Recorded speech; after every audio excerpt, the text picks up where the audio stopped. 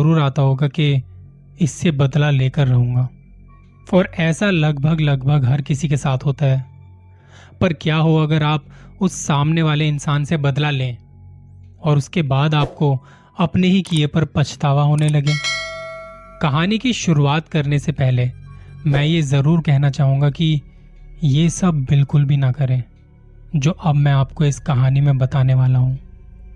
मेरा नाम सुशील सिंह है। बचपन से ही शर्मीला और खुद में खोया रहने वाला लड़का रहा हूं।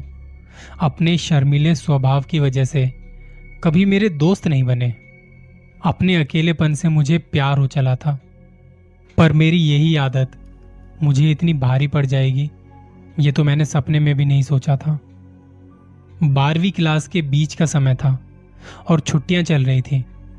अकेले अकेले बोर होने की वजह से मैंने टाइम पास के लिए कुछ विद्याओं की किताबें पढ़नी शुरू कर दी। कुछ तंत्र विद्या। उन किताबों में बहुत सारे मंत्र लिखे थे। वशीकरण करना, किसी को बुखार चढ़ाना, उल्टियां कराना, लोगों के बीच झगड़े कराना, ऐसे कई टोटके करने के मंत्र उन किताबों में बताए गए थे। पहले तो मुझे विश्वास नहीं हुआ कि ऐसा भी हो सकता है क्या, पर मैंने फिर खुद पर ही एक आध मंत्रों का प्रयोग किया। तब मुझे एहसास हुआ कि ये तो वाकई में असरदार है, ये काम करता है। मैं दिन में 8-8 घंटों तक भूत प्रेत, पिशाच, डायन, काली विद्या, मैली विद्या से जुड़ी किताबें पढ़ने लगा। 2 महीने की छुट्टियां मैंने इसी काम में बिता दी और मेरे स्कूल का 3rd सेमेस्टर शुरू हो गया।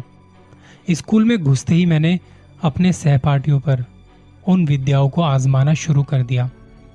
सोच लिया था कि अब जो टीचर डांटेगा वो गया। किसी ने कुछ कहा तो उसके सर में दर्द कर देता था। कई दोस्तों पर गुस्सा आने पर मैंने उन्हें क्लास में ही खून की उल्टियां करवा दी थी। दोस्तों को तो छोड़ो, मैंने अपने पापा पर भी एक जादू टोना किया था, जिसके प्रभाव से वो मुझे कभी पैसे देने के लिए मना नहीं करते थे। मैंने और ज्यादा घोर साधना करने वाले तांत्रिकों से संपर्क किया। उन लोगों को अपनी तंत्र मंत्र वाली शक्तियां दिखाई। उन्होंने कहा कि अगर मैं भूत प्रेत की साधना शुरू करूं तो और भी शक्तियां पा सकता हूं। मैं फौरन तैयार हो गया। उन लोगों ने मुझे ऐसी अदृश्य शक्तियों से संपर्क करने के तंत्र मंत्र बताए। मेरी साधना शुरू करने के तीसरे ही दिन मेरे घर में कुछ भयानक आत्माएं घूमने लगी और मेरे मंत्रों पर किसी गुलाम की तरह नाचने लगी। मैंने एक दिन अपने पड़ोस में रहने वाली लड़की को उन विद्या से एक प्रेत से टकरा दिया, क्योंकि वो लड़की मुझे बिल्कुल भी भाव नहीं देती थी। और फिर मेरी ये नादानी मुझे बहुत भारी पड़ गई, क्योंकि वो प्रेत मेरे बुलाने पर आ तो गया था लेकिन वापस नहीं लौटा। उसने उस लड़की के शरीर में वास कर लिया और मैं ये तो बिल्कुल नहीं चाहता था। मैं तो सिर्फ उसे सबक सिखाना चाहता था।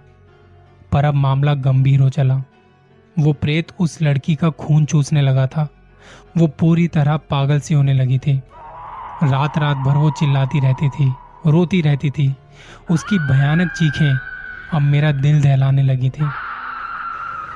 मुझे खुद से घिन आने लगी थी। समझ नहीं आ रहा था कि क्या करूं, किससे मदद मांगूं कि उस बेचारी लड़की की हालत ठीक हो सके।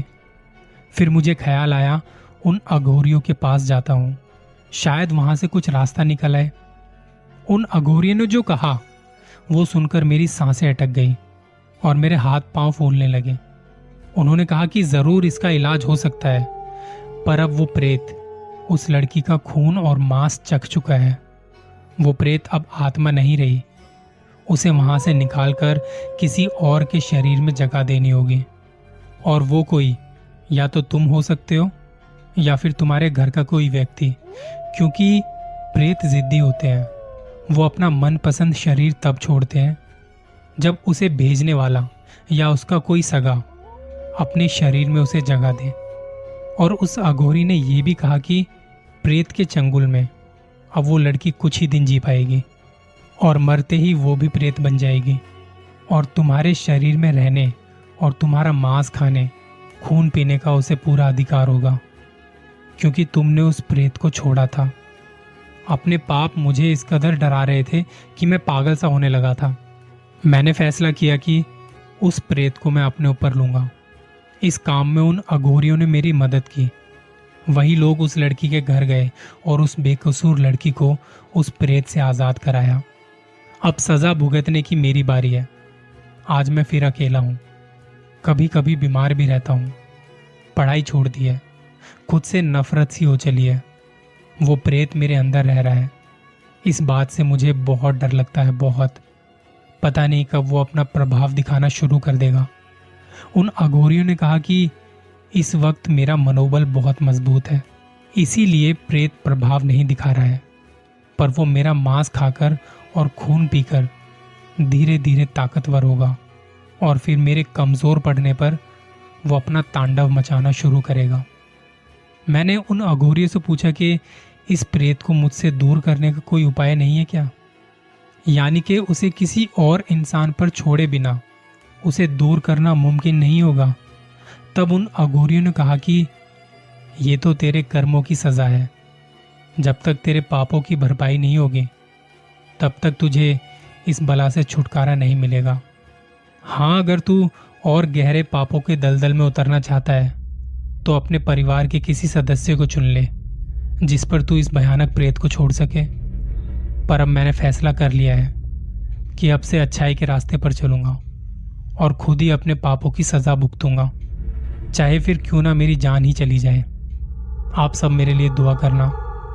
जिंदगी कई बार आपको संभलने का मौका तक नहीं देती।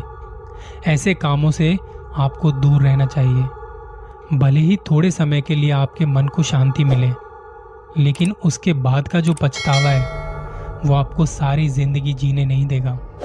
बिल्कुल भी नहीं। अपना ख्याल रखिएगा।